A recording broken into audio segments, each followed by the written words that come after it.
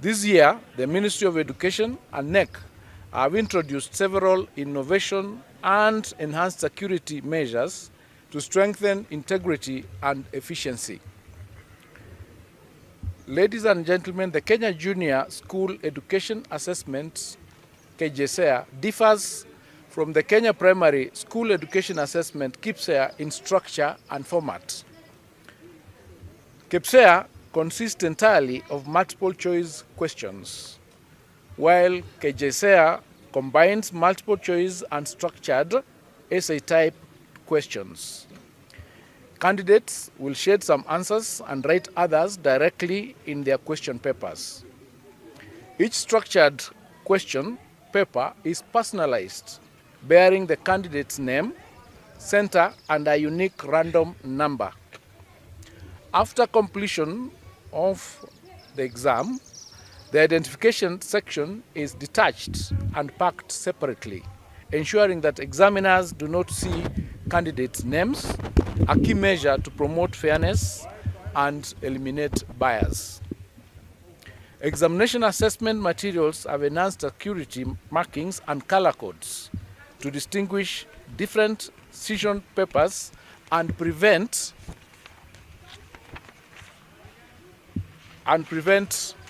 confusion. Smart digital padlocks.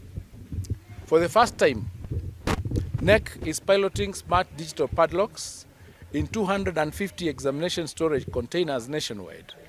These locks are linked to KNEC Command Center, allowing real-time tracking of the exact time each container is opened and locked.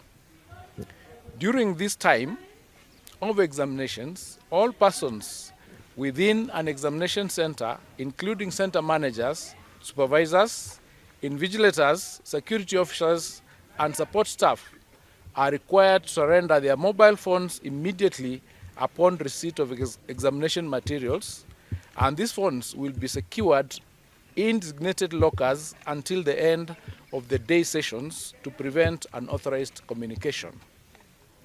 The National Police Service will continue to oversee security for KCSE, while the other assessments, KPSEA, KJSEA, KILEA, and KIPLEA, will be managed by education officials and school managers under school-based arrangements. The Ministry of Education, the Teacher Service Commission, and the Ministry of Interior and National Administration have put in place comprehensive measures to ensure that all examination and assessments are conducted securely, fairly, and smoothly.